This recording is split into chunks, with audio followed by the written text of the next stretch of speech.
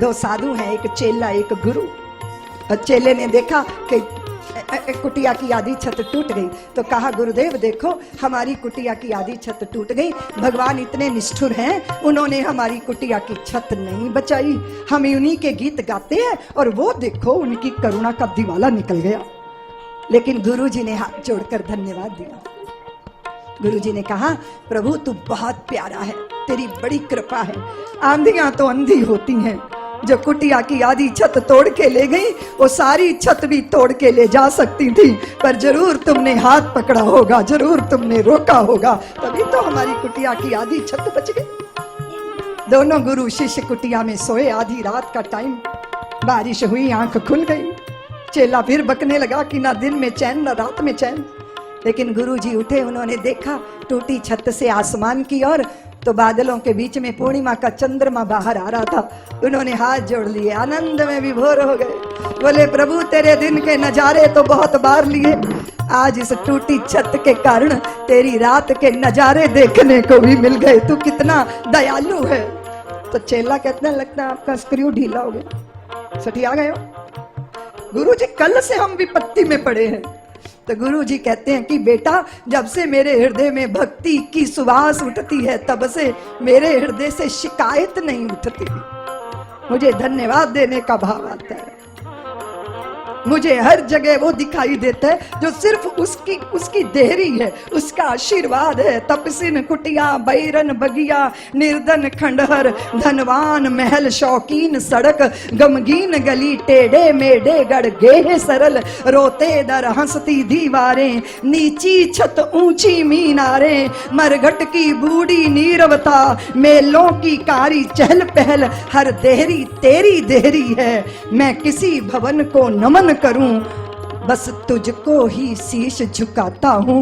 मैं किसी दृश्य का दर्शन करूं, उसमें तेरी ही छवि पाता हूं। ये भक्त की दृष्टि, ये भक्त की दृष्टि।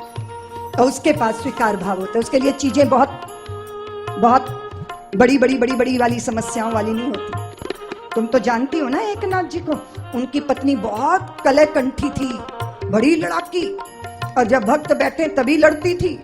और एक दिन तो एकनाथ जी घर में प्रवेश करने लगे तो छत पे चढ़ के कीचड़ की बाल्टी भर के उनके सिर पर डाल दी। वो सोचे, हे भगवान, ये ऊपर से क्या आ गया। और जब देखा ऊपर तो पत्नी चंडी बनी खड़ी थी। तो ये मुस्कुरा दिए, बोले, अभी तक तो गरजती थी, अब बरसने भी लग गई। ये भक्त की दृष्टि है। उसको समस्या दिखती नहीं है, वो समस्या देखता नहीं है, वो हर जगह समाधान देखता है। ये भक्त की ये नहीं है तुमने अगरबत्ती घुमाई, दिया जलाया, ये भक्ति का लक्षण नहीं है। हाँ, ये भी है, किंतु भक्त का तो स्वभाव अलग तरह से होता है। इतनी गुस्सा हुई पत्नी, इतनी गुस्सा हुई, अपने पति को जानवर बोल दिया। और शाम को बोली, गलती हो गई, जानवर बोल दिया। पति बोले, सही बोला, तू मेरी जान है, मैं तेरा वर हूं, तो जानवर ही तो हुआ। अगर तिल का ताड़ बन सकता है तो ताड़ का तिल भी तो बन सकता है। बोलो ना देवियों, अगर हमें जीना आता है और अगर हमारे पास दृष्टि है तो हमारे लिए हर चीज भगवान का घर है, भगवान की प्रस्तुत की गई झांकी है।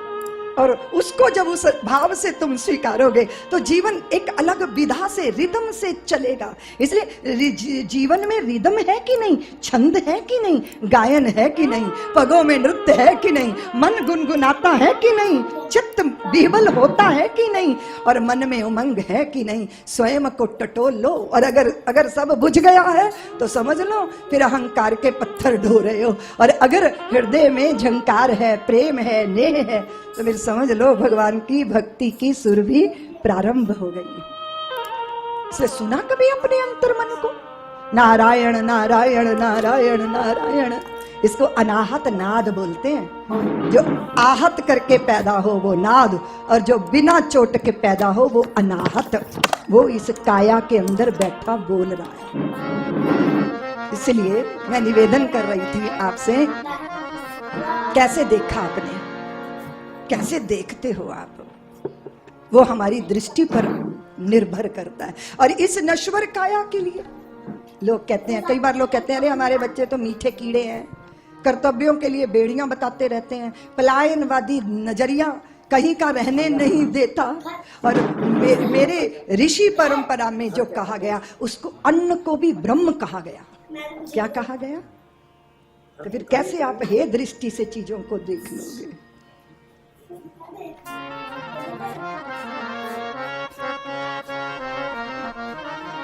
और ये जो हमारी काया का बंगला है, इसमें नारायण नारायण नारायण नारायण, वो शब्द कब सुनाई देगा? जब मन शांत हो जाएगा, जब मन की तरंगें शांत हो जाएंगी।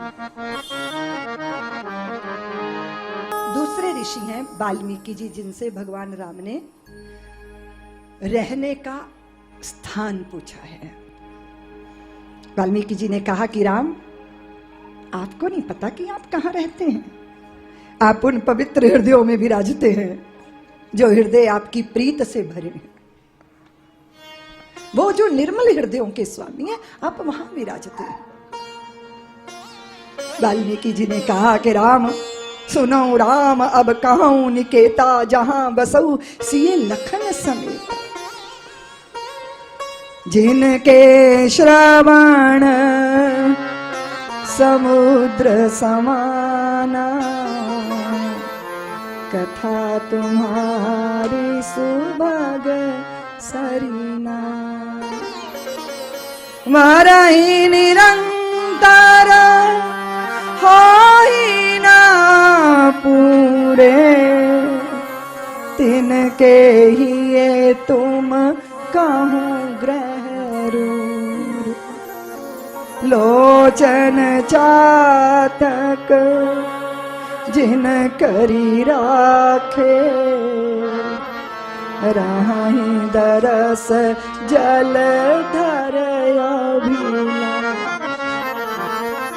निदराई सरित सिंधु नूसर भारी, रूप बिंदु जल सुखारी। तिनके हृदय सदन रघु नायक, बसहु बंधु सिए सहरघु। लोचन जातक रात भर रोते थे बाबा नानक, रात भर। माँ कहती थी नानक सो जाओ, क्यों रो रहे हो?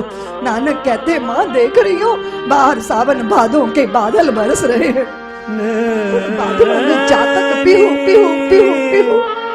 मैं प्यासा हूँ, मैं प्यासा हूँ, मैं प्यासा हूँ। माँ उसका प्रियतम कहीं आस पास होगा, उसे मिल जाएगा, पर मेरा प्रियतम तो मेरे भीतर है माँ। लेकिन मेरे अभिमान की दीवार ने, चट्टान ने मुझे विलग कर दिया, मुझे मेरे प्रियतम से विलग कर दिया। मुझे आंसुओं की इस धार से अपने अहम की चट्टान को पिघला लेने दो माँ। रात रात भर आंसू बहते बाबा। श्री राधा जी का स्वरूप भी ऐसा ही।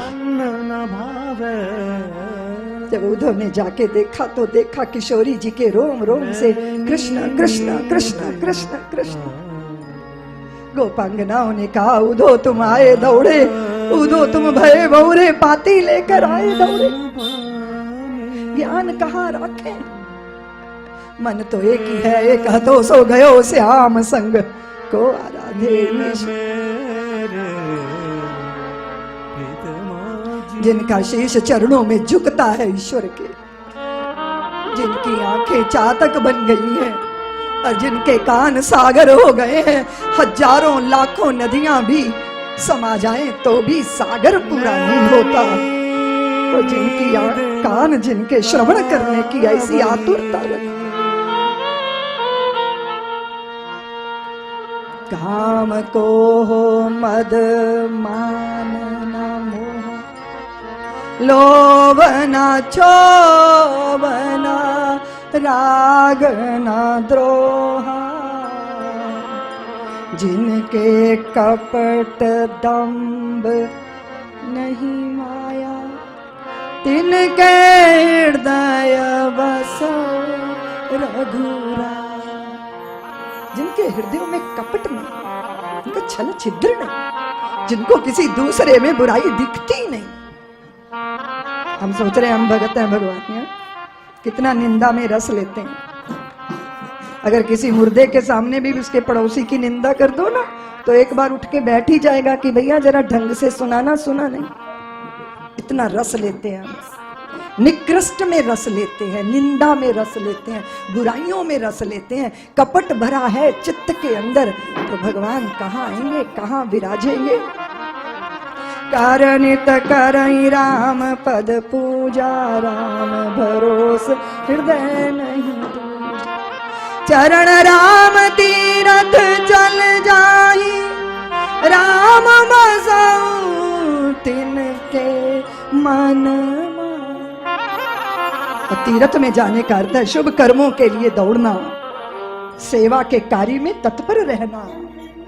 और ऐसा व्यक्ति जहां बैठता है, तीर्थ अपने आप उसके पीछे पीछे चला आता है। तीर्थों में नहीं जाना पड़ता। और कुक्षी वालों, साधु तीर्थों में नहीं जाते, जहां साधु बैठ जाते हैं वही जगह तीर्थ स्थान हो जाया करती है, क्योंकि उनके हृदय में कपट नहीं होता, दंभ नहीं होता। वो संत हृदय, वो सबके हितकारी होते हैं, वो अपने शत्रु का भी कल्याण करते हैं। इसलिए साधु जिससे किसी की कारज हानि नहीं, साधु से होए ना कारज हानि, ऐसा जीवन। और फिर लौकिक दृष्टि से बता दिया कि चित्रकूट गरी गिरी करो निवासु, तहां तुम्हार सब भांति सुपासु। राम कथा मंदाकिनी, चित्रकूट चित्त चार, तुलसी सुभग स्नेह वन, सिया रघुवीर बहार। जिसके हृदय में हरि सुमिरन होगा, उसका सफल क्यों न जीवन। जिसके हृदय में हरि सुमिरन होगा, उसका सफल क्यों न जीवन होगा। बन के वैरागी गीत राम जी के गाए जा, बन के वैरागी गीत राम जी के गाए जा। तेरी सारी मुश्किलें आसान वो बनाएगा, तेरी सारी मुश्किलें आसान वो बनाएगा। जिसकी पेटी में राम नाम धन होगा, उसका सफल क्यों ना जीवन होगा। चित्रकूट रघुनंदन छाए, समाचार सुनी सुनी मुनि आए। चित्रकूट रघुनंदन छाए, समाचार सुनी सुनी मुनि आए। आवत देख मुदित मुनि वृंदा, कीन दंडवत रघुकुल चंदा। आवत देख मुदित मुनि वृंदा, कीन दंडवत रघुकुल चंदा। प्रेम से गाइए, श्री राम जय राम, जय जय राम।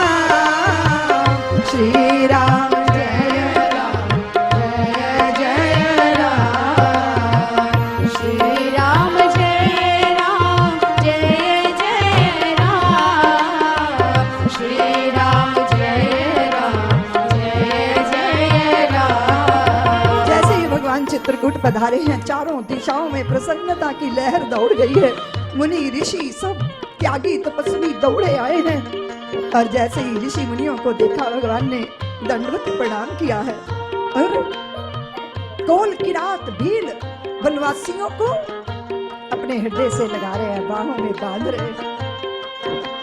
सबके साथ अलग अलग व्यवहार होता है। नन्हों को स्नेह किया जाता है, समकक्ष वालों को प्रेम किया जाता है, बड़ों को आदर दिया जाता है, सम्मान दिया जाता है। और बहुत सुंदर है कि आप आदरणीय बन जाओ, अद्भुत है कि आपके वंदन हो, बहुत अच्छी बात है कि आपकी जय जयकार हो, लेकिन ईश्वर आपको बाहों में भरने के योग्य समझे, इससे बढ़कर और कोई सौभाग्य हो नहीं सकता। और उसके लिए तो फिर आप देख रहे हो ये सौभाग्य किसको मिला।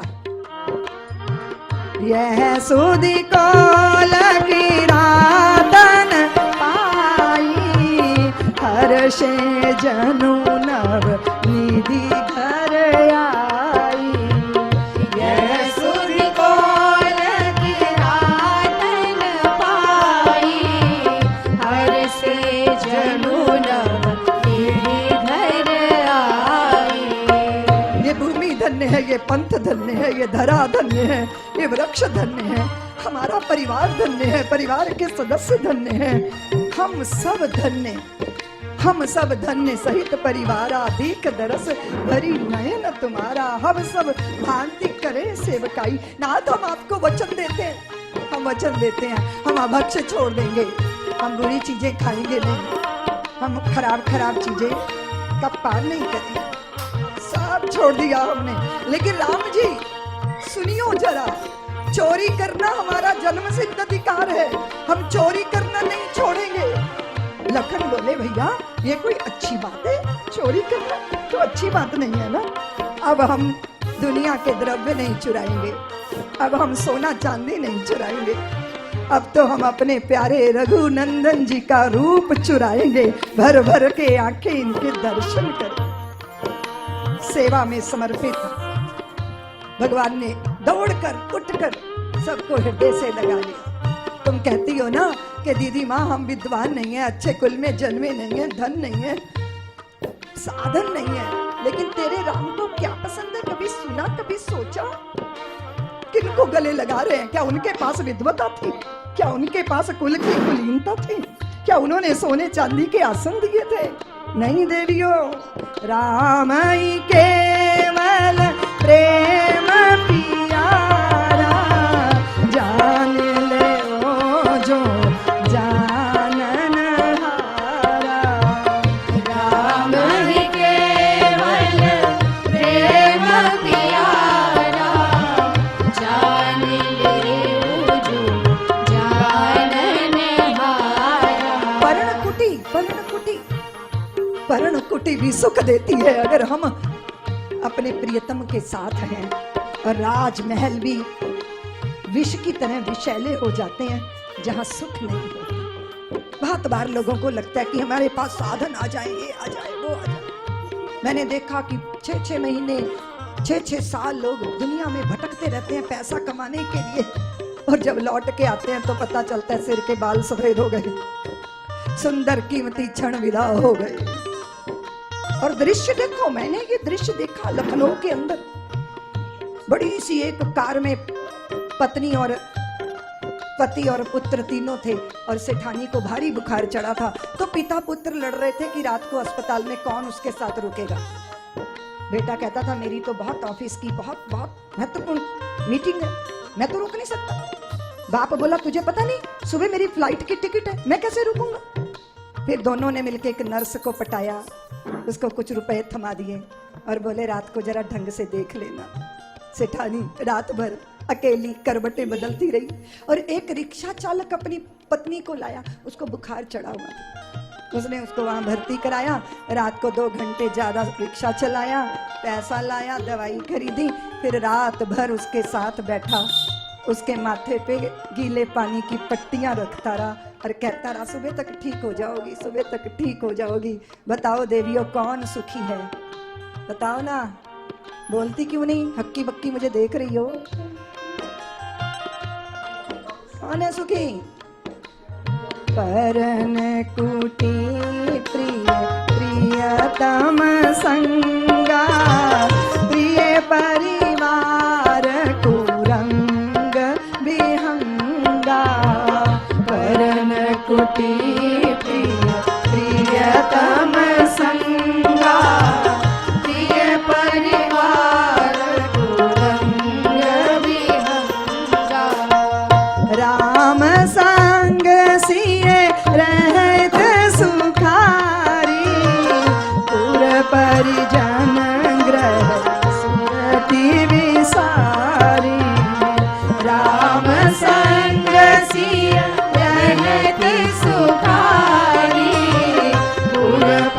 जनक सुरति बिसारी। ये तो कमाल हम सब घर घर में देखते हैं ना। बिटिया का ब्याह करते हैं, बस 2-4 दिन के बाद ही देखो बिटिया को, फिर मायके में मन नहीं लगता। क्यों नहीं लगता? क्योंकि प्रीत तो वहां है, वो प्रतीक्षा कर रही है। एक क्षण नहीं लगता। अपने पिता का परिवार कैसे छूट जाता है, छोड़ना नहीं पड़ता। दूसरी बात, एक और बात है, बहुत सारे लोग कहते हैं छोड़ दो छोड़ दो। हमने कहा छोड़ने की कवायद मत करो। कंकड़ पत्थर मुट्ठी में बंधे हैं, मुट्ठी नहीं छूट सकती। और जिस दिन दूसरे हाथ पे कोहिनूर का हीरा आ गया, ये मुट्ठी कब छूट गई पता ही नहीं चलेगा। इसलिए छोड़ने के प्रयत्न मत करना, पाने का प्रयत्न करना। और पाना जाना दूर नहीं है, उन्हीं में हम विराजमान हैं। प्रियतम बना लो रिश्ता, जो तुम हो तो जग के सौनाते, तुम ना हुए संसार मुझे क्या। 100 आंधी तूफान चढ़े हो नैया डगमग बिना, पतवारों के बल पर खेबी लेकर आऊं। यदि किनारे तुम ही नहीं जब हो, नाव में पाऊं कूल किनार मुझे क्या। चाहे दूरी पर जलता हो रूप दीप का जलता तो है, जिसे देखकर प्राण पथिक यह दुर्गम पथ पर चलता तो है। मेरी राहें चमकाने को इतना ही उजियार बहुत है, आंचल थाम लिया है तुमने। अद्भुत है, अद्भुत है। रात्रि को कभी भगवान जी की आंखों से, लोचनों से जल बरसने लग जाता है और लखन उठ के देखते हैं कि भैया बैठे हैं और आंखों से आंसू बह रहे हैं। पूछते हैं लखन भैया क्या हुआ? तो भैया लखन, मुझे भरत की याद आई, भरत के लिए व्याकुल। जब जब राम अवध सुध करही, तब तब बारी विलोचन भरही। जब जब राम अवध सुध करही, तब तब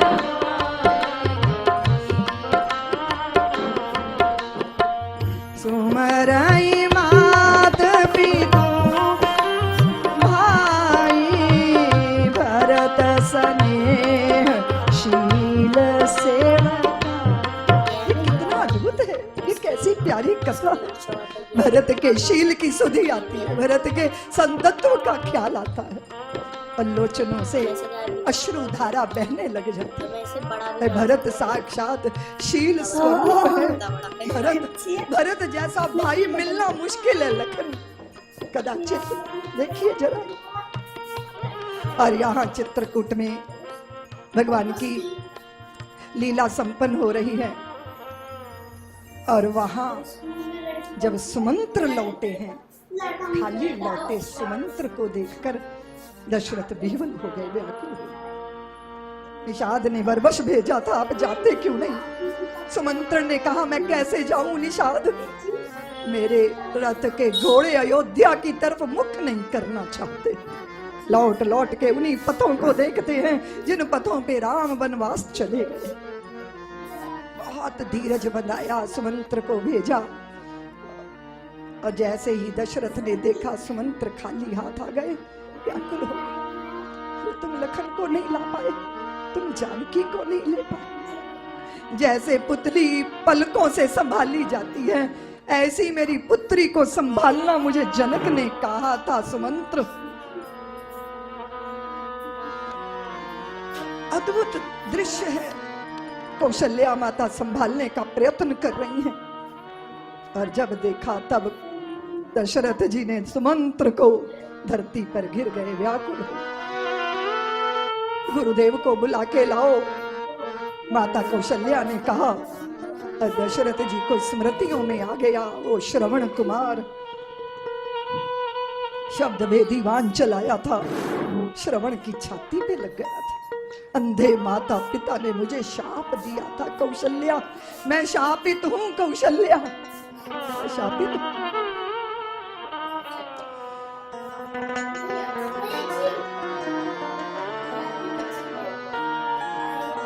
आपस अंध साप सुधिया, शाप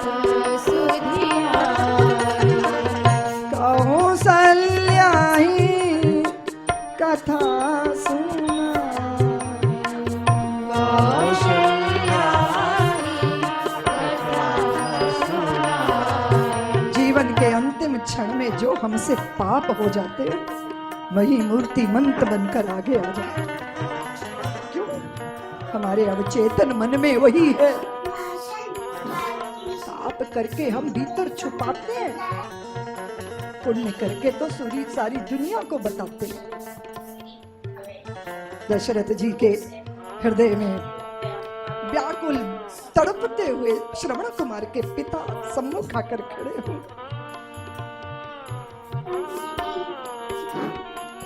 भयउ विकल वरण इतिहास, भयउ विकल वरण इतिहास, राम रहित दिग जीवन आशा, राम रहित दिग जीवन आशा। कौशल्या, मेरे जीवन का क्या अर्थ है? चंद्रमा अपनी चांदनी छोड़ दे, धरती धैर्य छोड़ दे, अर्थ क्या रह गया? हाय है, धिक्कार है, ऐसी जीवन को धिक्कार है, स्वयं को धिक्कारते कोसते दशरथ पुकारने लगे, रघुनंदन प्राण परिते तुम बिन जियत बहुत दिन बीते। हा जानकी लखन हा रघुवर हा पितु मात चित्त चातक जलधर। राम राम राम राम राम राम 6 बार राम कह के सुरपुर प्रयाण किया दशरथ। राम राम कही राम कही, राम राम कही राम, तनु परिहर रघुवर विरही, रायो गयो सुख।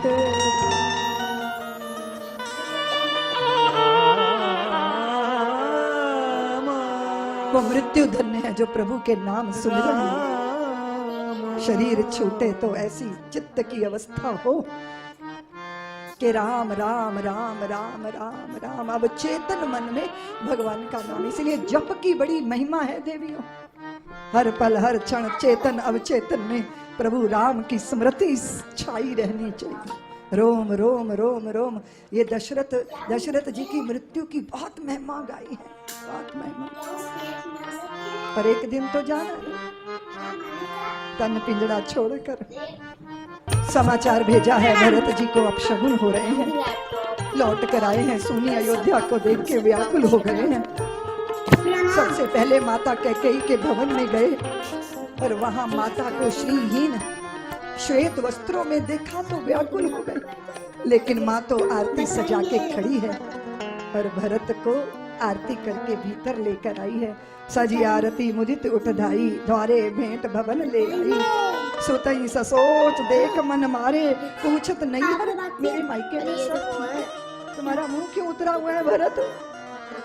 और फिर भरत को बताना शुरू किया, तात बात मैं सकल सवारी, भई मंथरा सहाय बेचारी। मंथरा ने मेरा बहुत सहयोग किया, तो ऐसी क्या बात बिगड़ गई थी माँ जो आपने संभाली? तो वो मेरे 2 भर थे ना पुत्र, तो मैंने तुम्हारे लिए राजगद्दी मांगी। मेरे लिए राजगद्दी? हाँ पुत्र, मुझे अगर मंथरा ने ना समझाया होता, ना सहारा दिया होता तो सारी बात बिगड़ जाती। मैंने राम के लिए वनवास मांग लिया, ये सुनते ही भरत धरती पर गिर गए। बस कुछ बात विधि बीच बिगाड़ी, ये मनुष्य की प्रवृत्ति होती है कि जो अच्छा है वो मैंने किया और जो बुरा हो गया वो विधाता ने किया। विधाता बेचारे भगवान से कहते हैं, भगवान ये सारे लोग मुझे को क्यों कोसते रहते? विधाता ने बुरा कर दिया, विधि ने बुरा कर दिया। भगवान बोले, आप ही की बनाई दुनिया है, आप ही को कोसती रहती है। अच्छाइयों के श्रेय सब ले लेते हैं और कुछ बिगड़ जाए तो वे मेरा दोष नहीं है, ये तो मेरी किस्मत ही ऐसी है, ये तो विधाता का दोष है, ये तो विधि का दोष है। सारी बातें हमसे आज कर लो। पिता के मरण का दुख भूल गए भरत।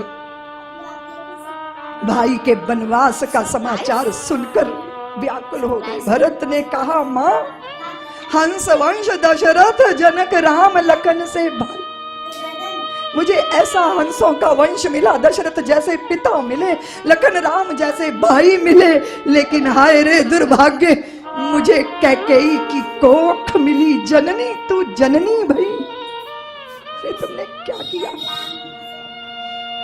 सारा रोष शत्रुघ्न ने मंथरा के कुबड़ को ठोकर मार के निकाला। किस किस को मारते फिरोगे शत्रुघ्न? हमारा ही दुर्भाग्य है। दौड़े भागे कौशल्या माता की गोद में, बिल पई बिकल भरत दो भाई, कौशल्या लिए हृदय लगाई, सारी अयोध्या आंसुओं में डूबी। पिता के शरीर को तैल द्रोणी में रखा था, सारे विधि कर्म हुए, अंत्येष्टि हुई, सब कुछ हुआ, और जब सब निवृत्ति हुई तब सभा बैठी। भरत को राजगद्दी पे बैठना चाहिए, ये जब समाचार सब दे रहे हैं तो भरत व्याकुल हो गए। कौशल्या ने कहा सब ठीक कह रहे हैं, बस वो तड़फ ऐसी जैसी मां बोली तैसे ही। भरत ने कहा तुम लोगों को संकोच नहीं, मुझे बता रहे हो मुझे क्या करना चाहिए? क्या तुम लोगों ने पिता की बात मानी? मानी किसी ने? मेरी मां कैकेयी ने कहा था भरत को राजा बनाओ, ये पहला वर था, और तुम सबकी जिम्मेदारी थी कि मुझे बुलाते। अगर मैं राजा बनता या मैं राजा होता तो फिर बाकी का निर्णय तो मेरा निर्णय होना था ना। क्या तुमने बात मानी पिता की? नहीं मानी ना। मेरे लिए संपत्ति सब रघुवीर की है, मैं नहीं इस राजगद्दी पे बैठ सकता। हाँ, मुझे जाना है राम के दर्शन करने। जब ये तय हुआ, निश्चय हुआ, तो सब में सबको लगा वाह भरत जैसा भाई, कैसा भाई। पिता की मृत्यु शोकनीय नहीं है, गुरुदेव ने अधीर होके कहा था। उसकी मृत्यु पर शोक करना चाहिए जिसने धर्म ना कमाया। सोचिए विप्र जो ब्राह्मण है पर वेद विहीन है,